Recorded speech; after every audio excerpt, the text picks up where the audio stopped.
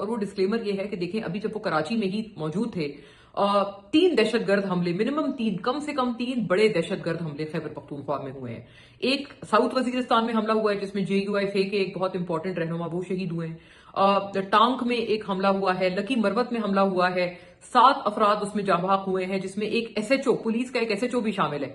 ये तमाम जो सूरत हाल है, ये खैबर पख्तूनख्वा में एक ड्रोने ख्वाब की तरह, एक भयानक ख्वाब की तरह ये दहशतगर्दी का मसला खैबर पख्तूनख्वा में है। और जाहिर है ये चीज अच्छी तो नहीं लगती कि उस मुतलका सूबे में जहां पर दहशतगर्दी का ये हाल है, उस मुतलका सूबे का जो चीफ मिनिस्टर है वो कभी पंजाब के दौरे पर जा रहा है, कभी वो सिंध के दौरे पर जा रहा है।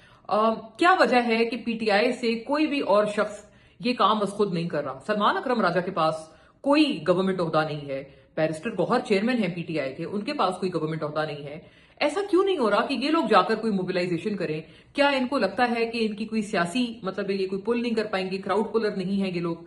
क्या वजह है? एक शेर अफजल मरवत जो है वो बड़े अच्छे PTI में क्राउड पुलर थे।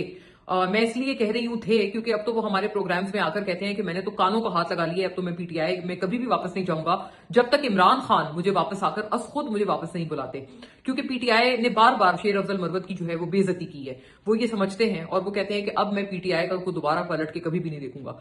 क्या वजह है कि जो चीफ मिनिस्टर है उसको अपने सूबे में जब इतनी शदीद दहशतगर्दी का सामना है कि पुलिस के SHOs तक जो है वो बम धमाकों में जाँ बहक हो रहे हैं, वही चीफ मिनिस्टर अभी अपने सूबे में गवर्नेंस, उसका जो पहला मैंडेट है वो अपने सूबे की गवर्नेंस है, लेकिन वो सूबे की गवर्नेंस करने की बजाय कभी कराची जाता है, कभी लाहौर जाता है और सियासी जलसे कर रहा है।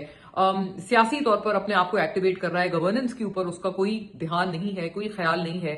बहरहाल ये जो एक तनकीद है ना, ये वजीर आला सुहेल आफरीदी पर बहुत बहुत जायज और लेजिटिमेट तनकीद है। मैं बिल्कुल और इसका मुंह बोलता सबूत ये दहशतगर्द हमले हैं जो कि सुहेल आफरीदी साहब के माशाल्लाह कराची में होते होते खैबर पख्तूनख्वा में हो गए हैं। इसमें सियासी रहनुमा भी नहीं बच रहे, इसमें पुलिस वाले भी शहीद हो रहे हैं, सियासी लोग भी शहीद हो रहे हैं।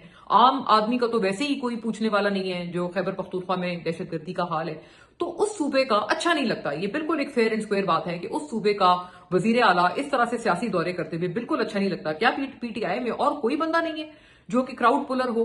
क्या बैरिस्टर गौहर इस काबिल नहीं है? क्या सलमान अकरम राजा इस काबिल नहीं है? इतने बड़े बड़े PTI के जो बहुत अहम लोग हैं, रहनुमा हैं, पुराने रहनुमा हैं, क्या उनमें से कोई भी इस काबिल नहीं है कि वो क्राउड पुलर बन सके? क्या जरूरी है कि सुहेल आफरीदी साहब अपना सारा गवर्नेंस वाला मामला दहशतगर्दी के जो है रहमो करम पर पख्तूनख्वा को छोड़कर, क्या जरूरी है सुहेल आफरीदी साहब पर कि वो इस तरह से दौरे कर रहे हैं? ये जो तनकीद है ना, ये बड़ी एक वैलिड और लेजिटिमेट तनकीद है जो आई थिंक सुहेल आफरीदी साहब despite being a crowd puller, उनके ऊपर की तनकीद बिल्कुल फिट बैठती है।